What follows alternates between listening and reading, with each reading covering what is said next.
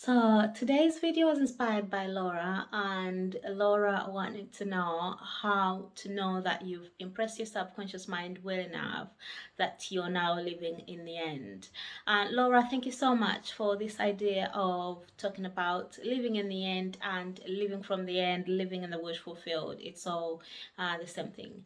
And before we get in, guys, if you need help in manifesting your desires, all the information in how we can work together one-on-one is below this video.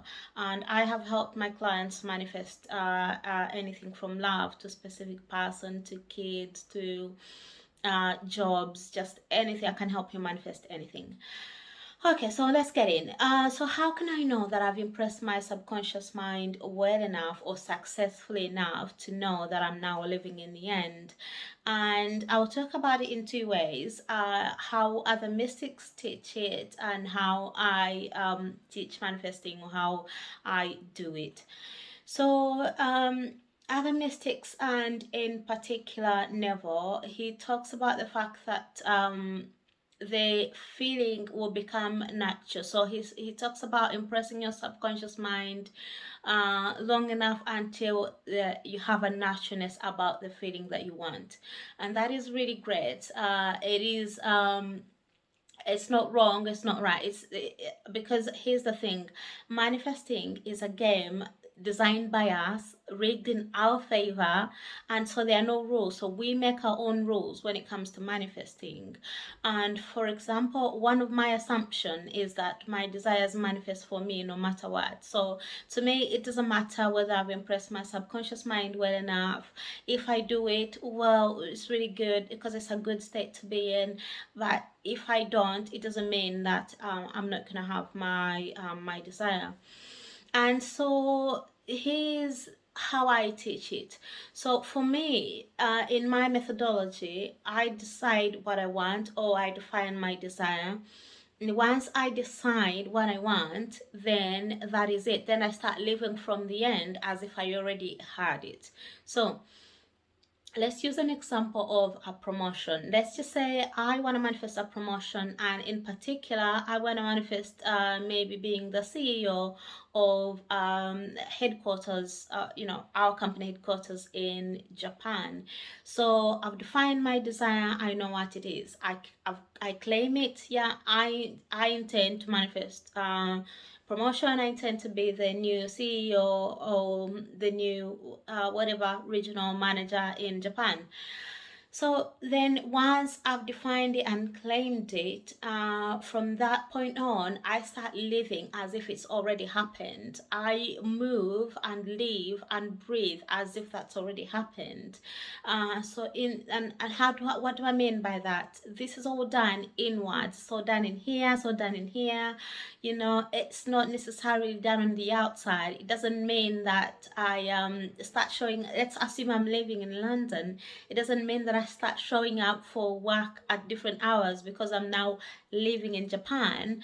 But what it means is that every time I think about it, every time someone mentions that opportunity, every time I think about the promotion, every time it's brought up in conversation, I go within, and in here I start acting and start believing that it's already mine, it's already happened, I'm already living there.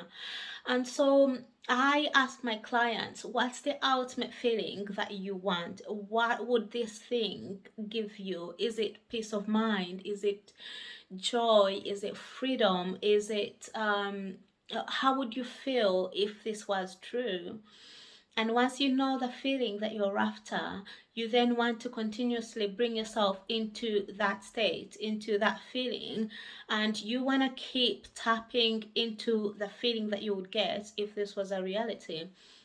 You want to do something that never calls catching the mood, and you continuously bring yourself in line with it. So if, for example, I have thoughts that come up and say, well, it's not going to happen, or well, there is 15 other people that have put in for their promotion as well, maybe you're not going to get it, I just bring myself back in line. Well, no, it's already mine. I intend that it is mine. I intend that I got the promotion. And so some of the other key deep questions to ask is, what would it be like if this was true? What things would change in your reality if this was true? And then you want to create a scene in your mind, in your imagination, of what it would be like. So if this was true, if I got the promotion, I could visually see the money in my bank account. What would I spend the money on?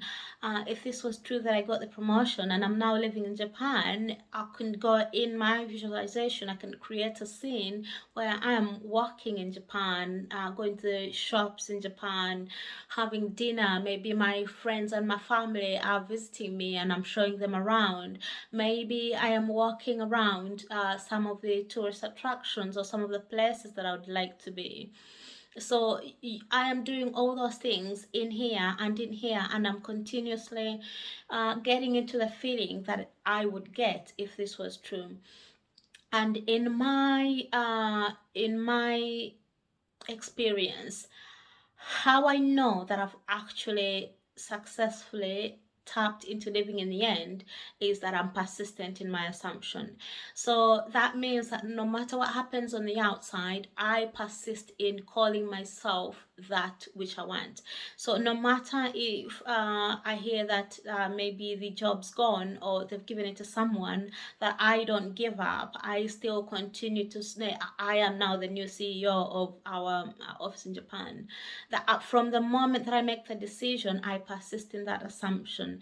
And if I continue to persist in that, and if I continue to live in it, and if I continue to work in it no matter what's going on, then I know that I've successfully convinced myself of my idea, and I know that it's inevitable, that it's coming.